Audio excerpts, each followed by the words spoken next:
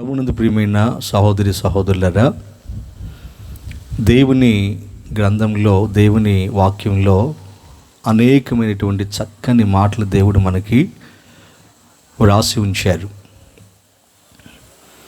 ఆ మాటల ప్రకారంగా ప్రతి వ్యక్తి జీవించగలిగితే ఆ మాటలు మనకు ఎంతో మేలు చేస్తాయి. కాబట్టి వివాహం చేసుకున్న తర్వాత భార్య భర్త పట్ల, భర్త భార్య పట్ల ఎలా ఉండాలో, వారి ధర్మాలను ఎలా నిర్వర్తించాలో దేవుడు చక్కగా కొన్ని విషయాలు మనకి తెలియచేశారు.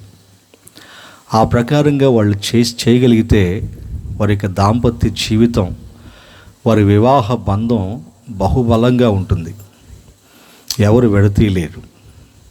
కాబట్టి మరి ఈ కార్యక్రమంలో శ్రీకాంత్ను ఉద్దేశించి కొన్ని మాటలు మనం చెప్పుకుందాం.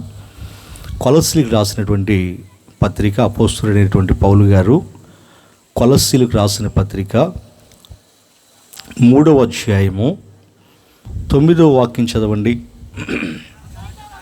19వ వాక్యం. కొలస్సీలకు రాసిన పత్రిక 3వ అధ్యాయము 19వ వాక్యం చదవండి. భర్తలారా, మీ భార్యలను ప్రేమించండి, వారిని నిష్ఠూర పెట్టకండి. చాలు. అక్కడ చదవబడినటువంటి వాక్య భాగం ఏంటంటే, భర్తలారా మీ భార్యలను ప్రేమించండి, వారిని నిష్ఠూర పెట్టకండి అంటున్నాడు. ప్రియమైన దేవుని పిల్లరా, భర్తలు భార్యలను ఎందుకు ప్రేమించాలి అనంటే, భార్య దొరికిన వానికి మేలు దొరికెను అని దేవుని వాక్యం సెలవిస్తుంది. అలాగే స్త్రీని దేవుడు ప్రత్యేకంగా పురుషుని కోసమే నిర్మించడం జరిగింది. భూమి మీద స్త్రీని దేవుడు ఎవరి కోసం నిర్మించాడు? పురుషుని కోసం నిర్మించాడు.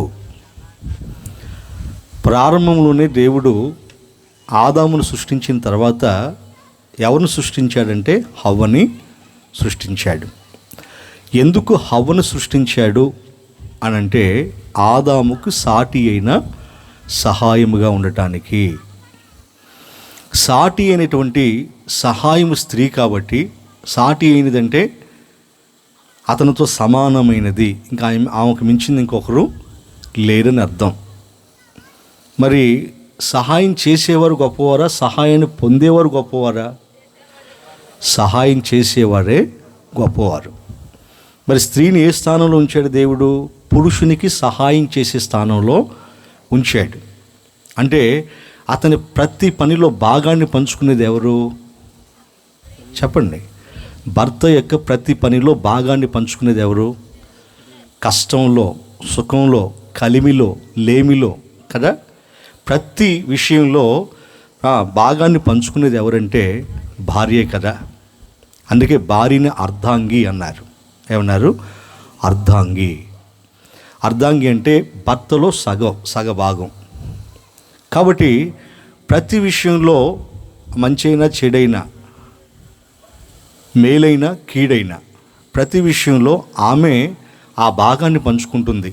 భర్త సంతోషంగా ఉంటే ఆ సంతోషంలో ఆమె కూడా భాగాన్ని పంచుకుంటుంది.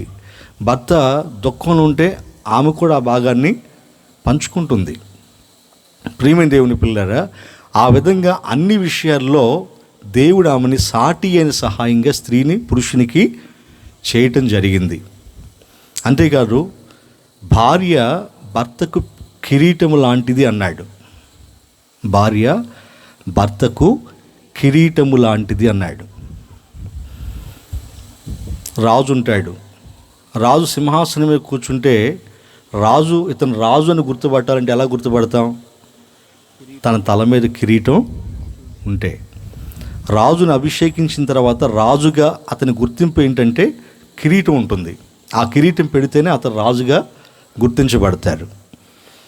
అలా ఒక రాజు కిరీటం ఎంత ఘనతను తీసుకొస్తుందో, భార్య కూడా భర్తకంత ఘనత, అంటే కిరీటము లాంటిది అన్నాడు. యోగ్యురాలు తన భర్తకి కిరీటము అని అన్నాడు.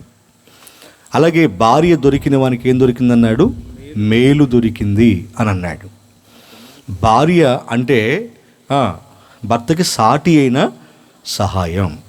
అంటే దేవుడు స్త్రీని అన్ని విధాలుగా పురుషునికి సహాయం చేసేదిగా, మేలు చేసేదిగా, ఘనత తెచ్చేదిగా అన్ని స్థానాల్లో ఆమెని ఉంచాడు. కాబట్టి దేవుడు పురుషుని ఎలా సృజించాడో స్త్రీని కూడా అలాగే సృష్టించాడు కదా. అంటే దేవుని దృష్టిలో పురుషుడు స్త్రీ ఇద్దరు కూడా సమానమే కదా, అవునా కదా. కాబట్టి ప్రతి పురుషుడు కూడా తన భార్యని ఏం చేయాలి? ప్రేమించాలి. ఎందుకంటే ఆమె తనకి సాటి అయిన సహాయం గనక, ఆమె తనకు మేలు చేస్తుంది గనక, ఆమె తనకి కిరీటంలాగా ఘనతని తీసుకొస్తుంది గనక. ప్రియమైన దేవుని పిల్లరా, ఆ విధంగా స్త్రీని దేవుడు సహాయం చేసేదిగా చేశాడు, మేలు చేసేదిగా చేశాడు, ఘనత తీసుకొచ్చేదిగా. అంటే మంచి పేరు భర్తకు రావాలంటే ఎవరిలో ఉంటుంది? భార్యలోనే. అలా అన్ని విషయాల్లో దేవుడు ఆమెని పురుషునికి సహకారిగా ఉంచాడు. కాబట్టి ప్రతి పురుషుడు తన భార్యని ఏం చేయాలి? ప్రేమించాలి.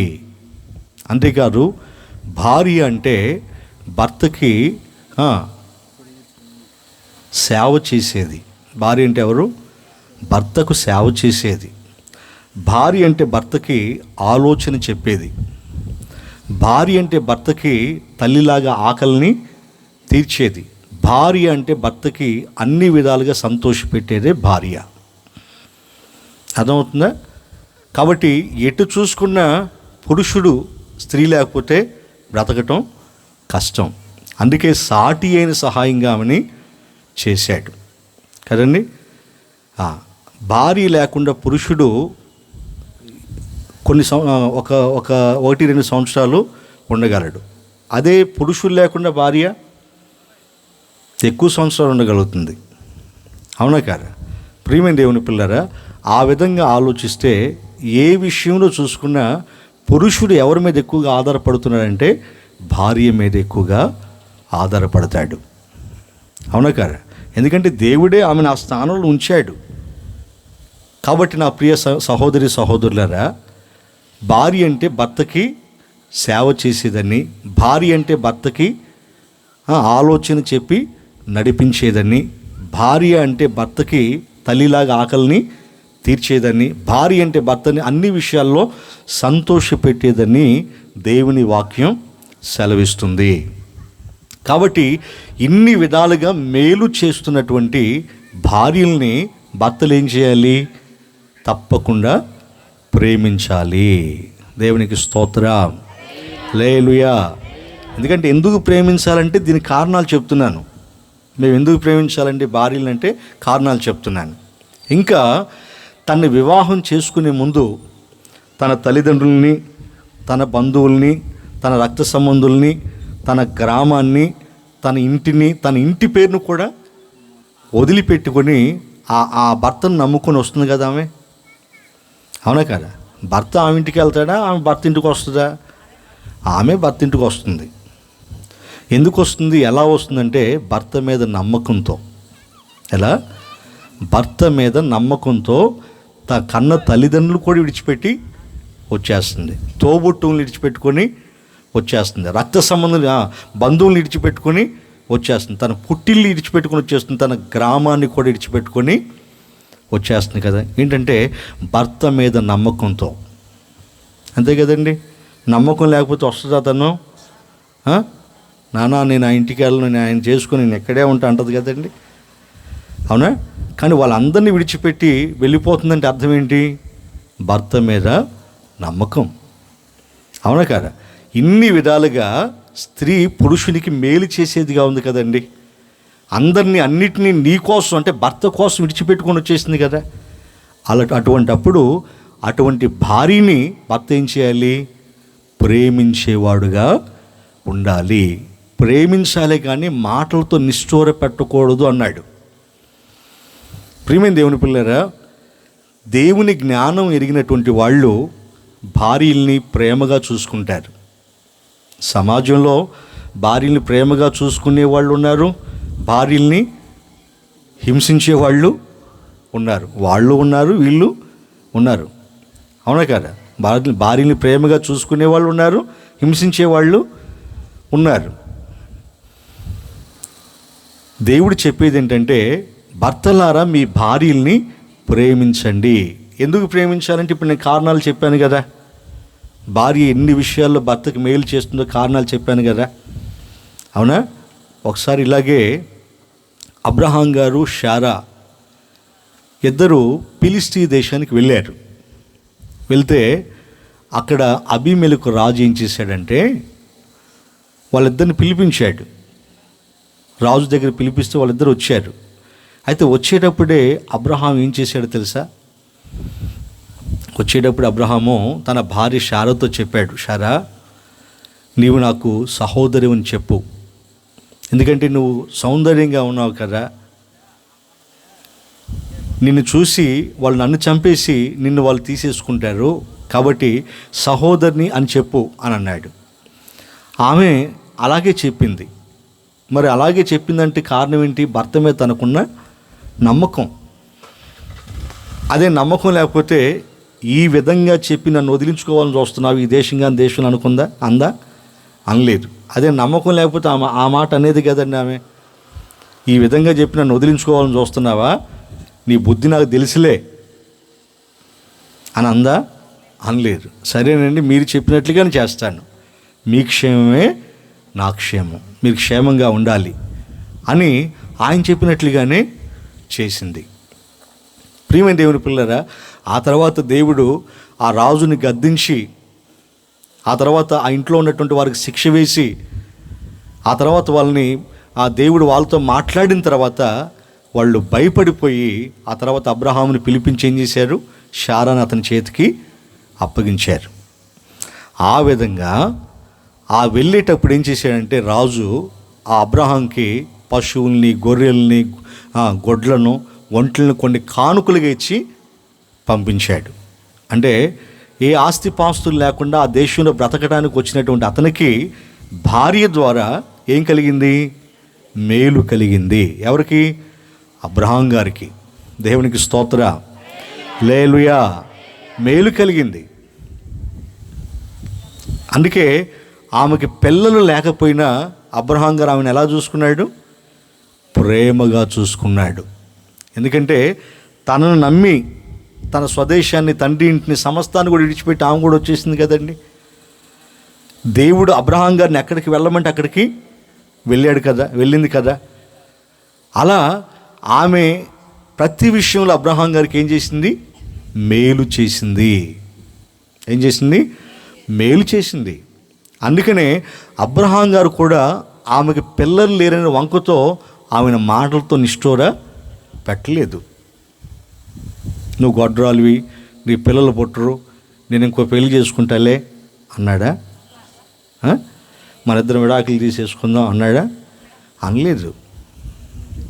చూసారా ప్రియమైన దేవుని పిల్లరా? అసలు ఎప్పుడు కూడా ఆమె మాటలతో నిష్ఠూర పెట్టినవాడు కాదు కదండి. అదే కొంతమంది భర్తలు భార్యలు పిల్లలకి అనలేదనుకోండి, భయంకరంగా ఉంటుంది మాటలు కదండి. భయంకరంగా నిష్ఠూర పెడతారు భర్తలే. మన ఇద్దరు విడాకులు తీసేసుకుందాం, నాకు పిల్లలు కావాలి, ఇక నీతో నేను ఉండలేను, నీ ఇంటికి వెళ్ళిపో అని చెప్పేసి అనేవాళ్ళు లేరా?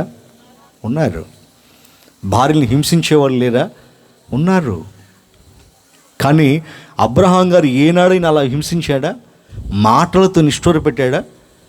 వాళ్ళిద్దరూ ముసలి వాళ్ళయ్యేంత వరకు కలిసే ఉన్నారు కదండి. అబ్రహాం గారికి 100 సంవత్సరాల ప్రాయంలో శారా గారు అప్పటికి ముసలామే కదండి. అప్పుడు వాళ్ళు ఆ గర్భం ధరించి బిడ్డను కనింది కదా.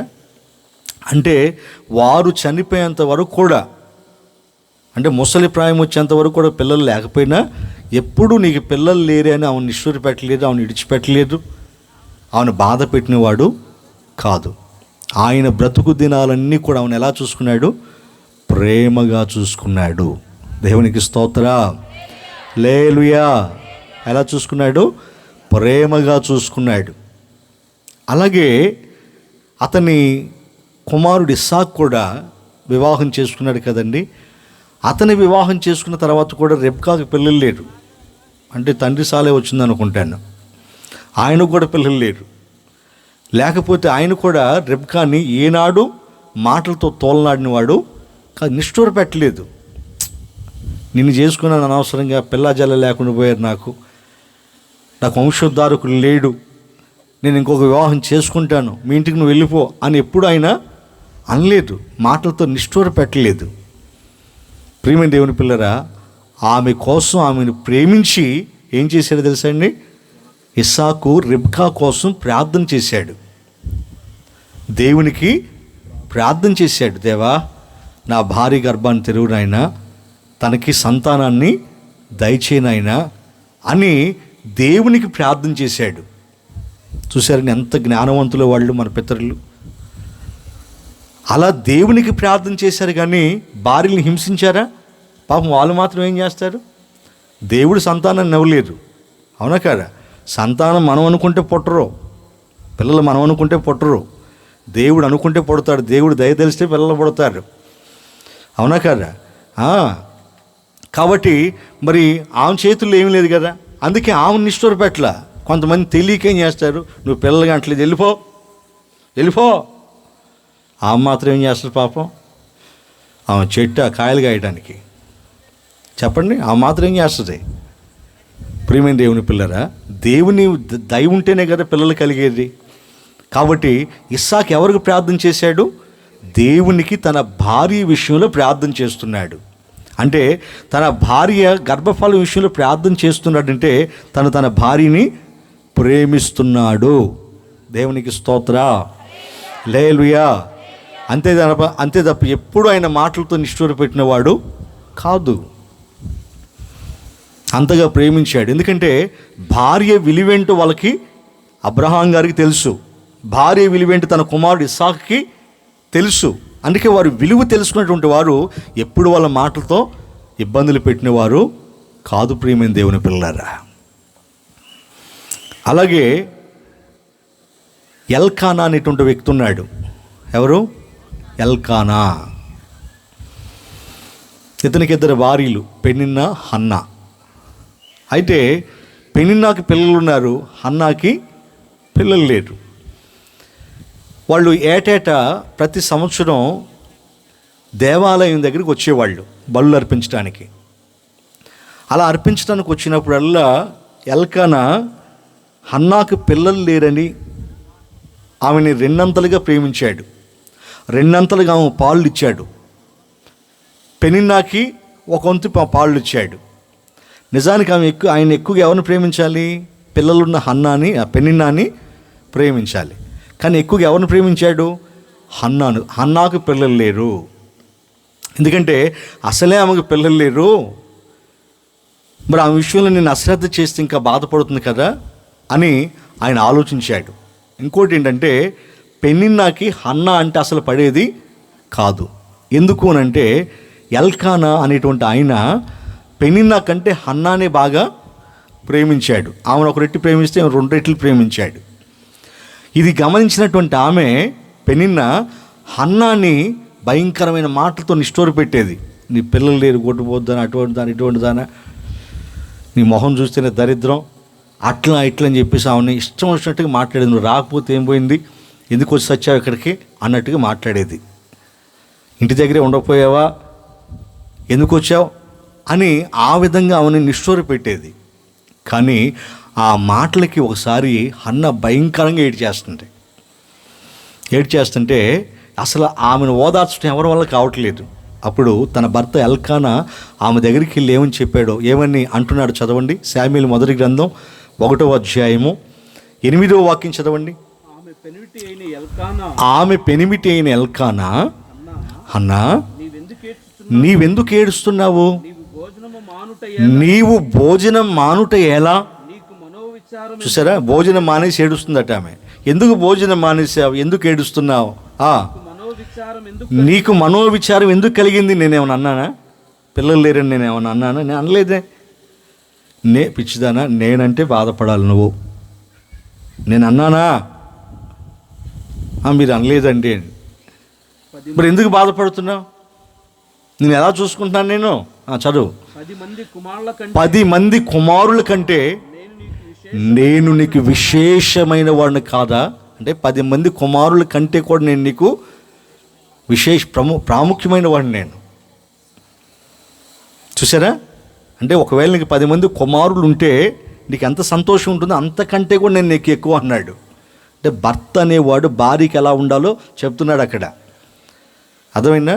భర్త అనేవాడు ఎలా ఉండాలి, ఎంత గొప్పగా భార్యని ప్రేమించాలో అక్కడ చెప్తున్నాడు. 10 మంది కుమారులు ఉంటే తల్లి ఎంత సంతోషపడుతుంది కదా? వాళ్ళకంటే కూడా నేను ఎక్కువ నీకు అన్నాడు. అంటే అంతగా ప్రేమిస్తున్నాడు ఆమెని, హన్నాని. మరి నిజానికి ఆమె కూడా పిల్లలు లేరు కదా. పిల్లలు లేనప్పుడు ఆమెను వదిలేసి పెనిన్నాతో ఉండాలి ఆయన. ఎందుకంటే ఆ రోజుల్లో పిల్లలు లేకపోతే చాలా భయంకరంగా నిష్ఠూర పెట్టేవాళ్ళు, మాటలతో శాపగ్రస్తంగా ఎంచేవాళ్ళు దాన్ని. ఆ రోజుల్లో పిల్లలు లేకపోతే. ఈ రోజుల్లో కూడా పిల్లలు లేకపోతే ఏమంటారు? ఈ రోజుల్లో కూడా పిల్లలు లేకపోతే అయ్యని మాటలతో నిష్ఠూర పెడతారు.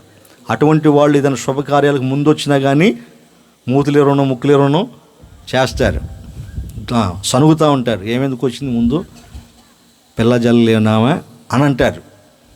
అవునా కదా? ఇప్పటికి అదే.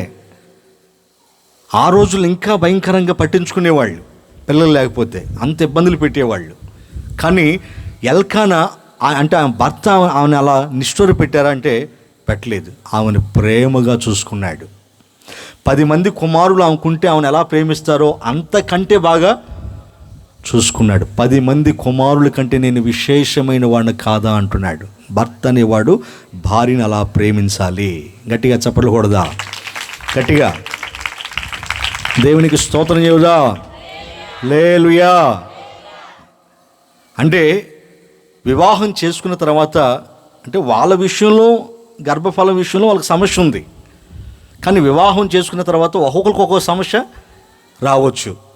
అవునా కాదా? అందరికీ గర్భఫలం విషయమే సమస్య రాదు. ఒక్కొక్కరికి ఒక్కొక్క విషయంలో సమస్య రావచ్చు.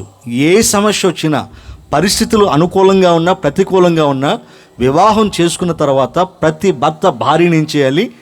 ప్రేమించేవాడుగా ఉండాలి. ఎలా ఉండాలి? ప్రేమించేవాడుగా ఉండాలి. ఇది దేవుడు చెప్పిన ధర్మం.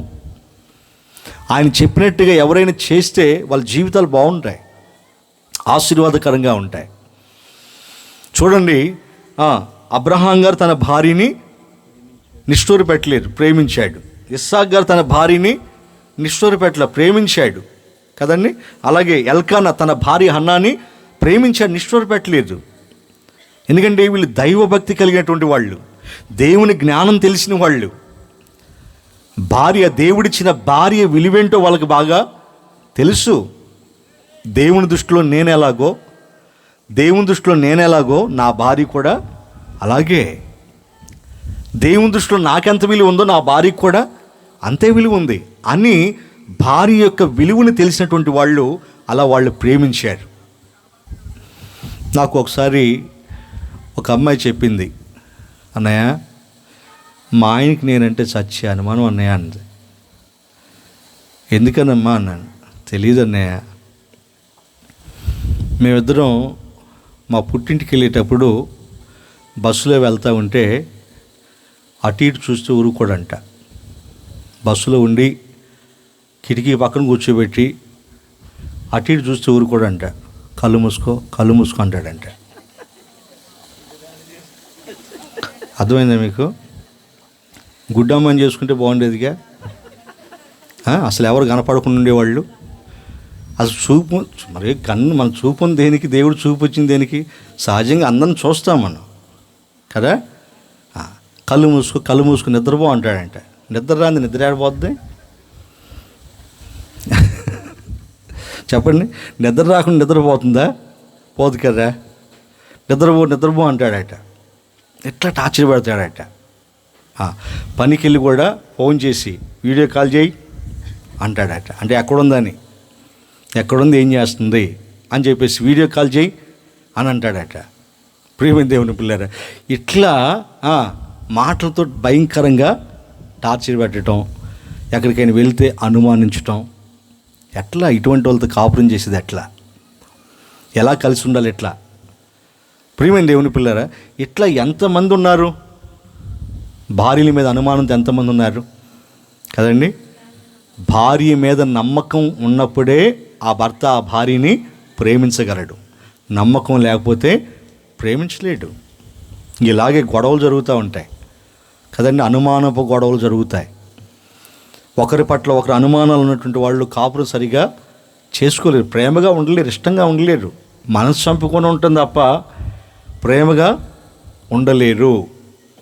నేను ఒకసారి ఇలాగే గృహ దర్శనానికి వెళ్తే ఒక అమ్మాయిని మరి కొట్టి, ఆమె భార్యని కొట్టేసి కింద పడేసాడు. వాడు మంచం మీద హాయిగా బోర్లాడుతున్నాడు. ఈ అమ్మాయి కింద పడుకొని బోర్ల పడుకొని ఏడుస్తూ ఉంది. నేనమ్మా అని నేను తలుపు కొట్టాను.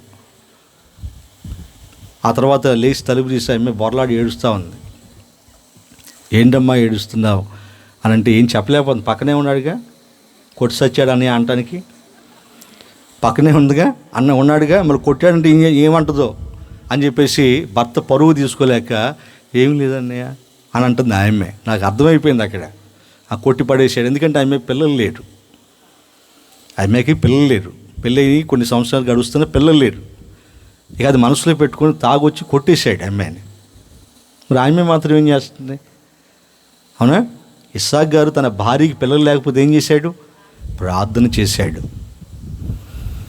అలాగే ప్రతి భర్త కూడా ఒకవేళ పిల్లలు ఎవరికైనా లేకపోతే భర్తలు ఏం చేయాలి? దేవునికి ప్రార్థన చేయాలి. తాగొచ్చి కొడితే సుఖం ఉంటుందా చెప్పండి? తాగొచ్చి కొడితే సమస్యకి పరిష్కారం దొరుకుతుందా? పిల్లలకి అంటారా? లేదు కదా. ప్రియమైన దేవుని పిల్లరా, ఆ విధంగా భార్యలను టార్చర్లు పెట్టే వాళ్ళు ఎంతమంది ఉన్నారు? ఒక అమ్మాయి ఫోన్ చేసి చెప్తుంది, అన్నయ్య ఫోన్ చేసి మా ఆయన డ్యూటీలో ఉండి ఫోన్ చేసి భయంకరమైన బూతులు తిడుతున్నాడు అని నన్ను. అంటే అక్కడ ఇతను లారీ డ్రైవరు, ఇతను లారీకి వెళ్తే కొన్ని రోజుల వరకు రారు కదండి. అంటే అక్కడ ఏం చేస్తుందో, ఇట్లా బూతులు తిడితే భయంతోనే బ్రతుకుతుంది అన్నట్టుగా బూతులు తిడుతున్నాడట. చూసారా ప్రియమైన దేవుని పిల్లరా? భయంకరమైన బూతులు తిడుతున్నాడని అని ఏడ్చుకుంటూ బావురు మనం ఏడ్చుకుంటూ చెబుతూ ఉంది. ఇట్లా ఎంతమంది ఉన్నారు? ప్రియమైన దేవుని పిల్లలు, నమ్మకం ఉండాలి కదా భార్య అంటే. అవునా? నమ్మకం లేనప్పుడు ఎలా జీవించగలుగుతారు? ఎలా కలిసి ఉండగలుగుతారు? అందుకే దేవుడు చెప్పాడు, ప్రభు అయిన యేసుక్రీస్తు వారు సంఘాన్ని ప్రేమించి సంఘం కోసం తన ప్రాణాన్ని ఇచ్చేశాడు కదా. అలాగే భర్తలారా మీ భార్యలను మీ సొంత శరీరం వలె ప్రేమించండి అన్నాడు. అంటే క్రీస్తు సంఘాన్ని ప్రేమించి సంఘం కోసం ఎలా ప్రాణం పెట్టాడో, అవసరమైతే మీ భార్యల కోసం మీరు ప్రాణం అంటే మీ సొంత శరీరాన్ని ఎలా ప్రేమించుకుంటున్నారో అలా మీ భార్యల్ని ప్రేమించండి. అంటే ప్రతి ఒక్క ఏ పురుషుడైనా తన శరీరాన్ని గాయపరుచుకుంటాడా చెప్పండి? గాయపరుచుకుంటాడా? గాయపరచుకోవడానికి ఇష్టపడతాడా? ఆ శరీరాన్ని ఎలా కాపాడుకుంటాడు? చాలా జాగ్రత్తగా, దెబ్బలు తగలకుండా, గాయాలు కాకుండా కాపాడుకుంటాడు కదండి. అలా తన సొంత శరీరాన్ని ఎలా కాపాడుకుంటాడో అలాగే తన భార్యను కూడా ఏం చేయాలి? కాపాడేవాడుగా ఉండాలి. తన భార్యను కూడా ప్రేమించేవాడుగా ఉండాలి. అది కదా దేవుడు కోరుకుంటున్నాడు. అలా కదా చేయాలి. ప్రియమైన దేవుని పిల్లరా, ఒకసారి ఇలాగే ఏబు గారు పిల్లలను పోగొట్టుకున్నాడు, ఆస్తులను పోగొట్టుకున్నాడు కదండి. ఇంకా ఆరోగ్యాన్ని పోగొట్టుకున్నాడు, అన్నిటినీ పోగొట్టుకున్నాడు. ఆయన పోగొట్టుకున్నటువంటి వాడు అన్ని ఆస్తులు, ఆరోగ్యాన్ని, పిల్లలందరినీ పోగొట్టుకున్నవాడు ఎలా ఉంటాడు? భయంకరమైన వేదనతో, కోపంతో ఉంటాడు కదండి. అవునా? చాలా దుఃఖంలో ఉండిపోతాడు, గుండె బరువు ఎక్కిపోయినంత దుఃఖంలో ఉండిపోతాడు. ఏబు గారు కాబట్టి తట్టుకున్నాడు కాబట్టి ఇంకోలేదు గుండెకి చచ్చిపోయేవాళ్ళే. ఎందుకంటే ఏబు గారు దేవుణ్ణి ఎక్కువగా ప్రేమించేవాడు కాబట్టి ఆయన గుండె నిబ్బరం చేసుకొని ఉండగలిగాడు. ఇవన్నీ పోయిన తర్వాత కూడా ఆయన ఆరోగ్యం బాగా బోడది పోసుకొని చిలపెంకులు తీసుకుని గోకుంటే భార్య వచ్చింది. భార్య వచ్చి ఏమంది? ఒక మాట చదవండి అక్కడ, ఏబు గ్రంథము 2వ అధ్యాయము 9వ వాక్యం చదవండి. ఏమంటుందో? అతని భార్య వచ్చి నీవు ఇంకనూ యథార్థతను వదలక ఉందువా, దేవుని దూషించి మరణం అయిపో, చచ్చిపో అంటుంది. ఏమంటుంది భార్య? అప్పటి వరకు ఏబు గారు ప్రేమించిన తన భార్య, అప్పటి వరకు ఏబు గారిని ప్రేమించిన తన భార్య. చూసారా ప్రేమ దేవుని పిల్లరా? అన్నిటినీ పోగొట్టుకుని ఆయన దుఃఖంలో ఉంటే ఆమె ఏం చేస్తుంది?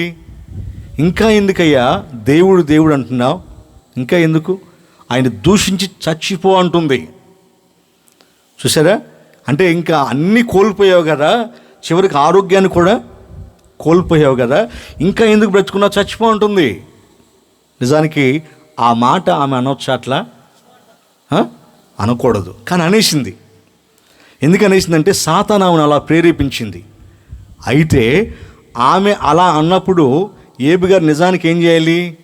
దవడ మీద పెట్టి ఒకటి వేయాలి కదండి, చెప్పండి, వేయాలి కదా.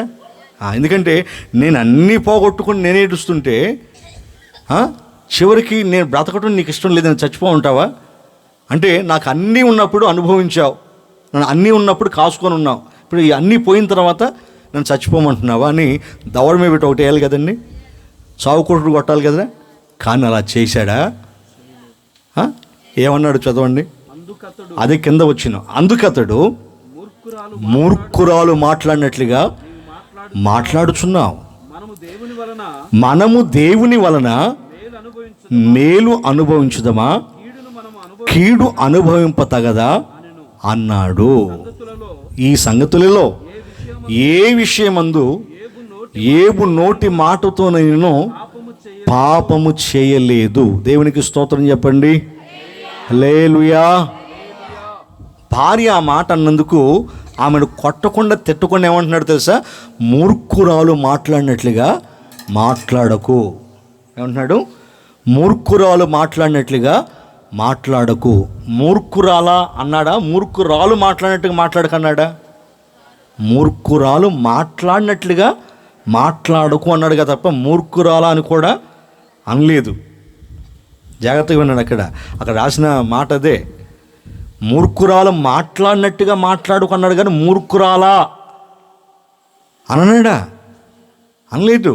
అంటే ఆ పరిస్థితుల్లో ఉండి కూడా తన భార్యని పల్లెత్తు మాట అనలేదు, గద్దెస్తున్నాడు అంతే. నిజానికి ఆయనకున్న కోపానికి, ఆయనకి జరిగిన నష్టానికి ఆయన చిత్తుగా కొట్టాలి అక్కడ. అవునా కదా? చిన్న చిన్న గొడవల మధ్యలో భార్య తలదూస్తే భార్యను పెంచుకోవడం కొట్టేవాళ్ళు ఉన్నారు.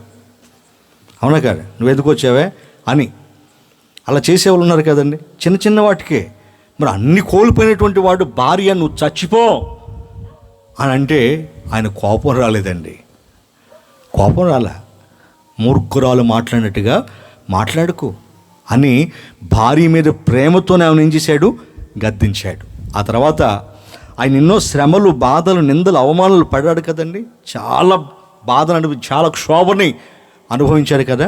చివరికి దేవుడు మరలా కలగ చేసుకొని ఆయనకు స్వస్థతనిచ్చి మరలా ఆయన కలిగినటువంటి, ఆయన పోగొట్టుకున్న ఆస్తులన్నీ కూడా రెండంతలుగా ఇచ్చిన తర్వాత మరలా తన భార్యని తన దగ్గర చేర్చుకున్నాడా లేదా? తన భార్యని ప్రేమించాడా లేదా? ఇదిగో నాకు ఆస్తిపాస్తులు అన్నీ పోయినప్పుడు నువ్వేమన్నావు? చచ్చిపోవన్నావుగా. ఇప్పుడు ఎందుకు వచ్చావు? వెళ్ళిపో నేను కోల్ చేసుకుంటా, బొచ్చుడు ఆస్తి ఉంది నాకు అన్నాడా?